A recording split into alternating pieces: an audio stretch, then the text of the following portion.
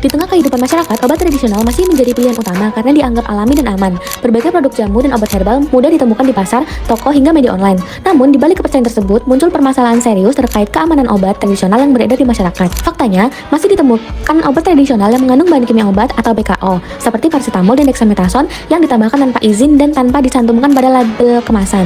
Berdasarkan permasalahan atau isu tersebut, saya mengambil topik penggunaan bahan kimia berbahaya dalam obat tradisional yang ditinjau dari nilai-nilai Pancasila, yang berguna untuk mengedukasi masyarakat mengenai betapa berbahayanya bahan kimia yang ditambahkan dalam obat tradisional. Yang pertama yang saya lakukan adalah mencari jurnal yang relevan. Saya melakukan pencarian jurnal dan sumber ilmiah yang membahas penggunaan bahan kimia berbahaya atau BKO dalam obat tradisional melalui Google Scholar atau jurnal nasional. Jurnal yang dipilih berkaitan dengan keamanan obat, dampak BKO, serta peran tenaga farmasi. Langkah selanjutnya, menganalisis dan merangkum isi jurnal. Di sini saya membaca dan memahami jurnal yang telah dipilih untuk mengambil informasi penting, seperti pengertian BKO, jenis bahan kimia berbahaya, serta dampaknya terhadap kesehatan masyarakat. Setelah itu, mengaitkan permasalahan dengan nilai-nilai Pancasila.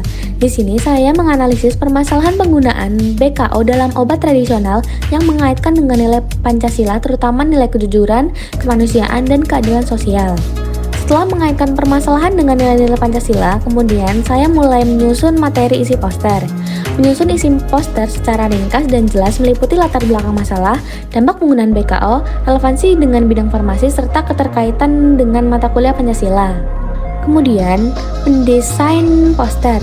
Saya membuat desain poster menggunakan aplikasi desain atau Canva dengan memperhatikan kerapian, tata letak, pemilihan warna, serta penggunaan gambar pendukung agar poster menarik dan mudah dipahami.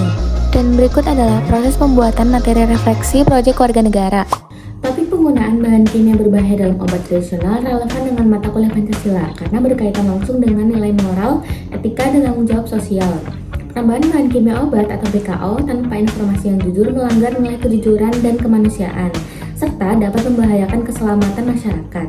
Melalui kajian Pancasila, permasalahan ini dapat dilihat sebagai bentuk pelanggaran terhadap nilai-nilai dasar yang harus dijunjung dalam kehidupan bermasyarakat. Poster yang dibuat memuat nilai-nilai Pancasila, terutama sila ketuhanan yang Maha Esa yang menekankan kejujuran dan tanggung jawab moral, sila kemanusiaan yang adil dan beradab yang menjunjung keselamatan dan hak masyarakat, serta sila keadilan sosial bagi seluruh rakyat Indonesia yang menekankan perlindungan konsumen.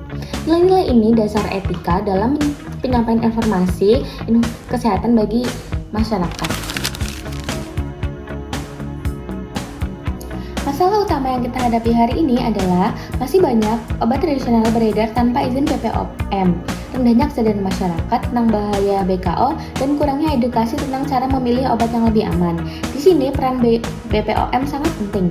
BPOM berwenang memberikan dan mencabut izin edar obat tradisional berdasarkan hasil pengujian. Selain itu, BPOM juga menyediakan layanan informasi dan pengaduan untuk melindungi konsumen dari produk berbahaya.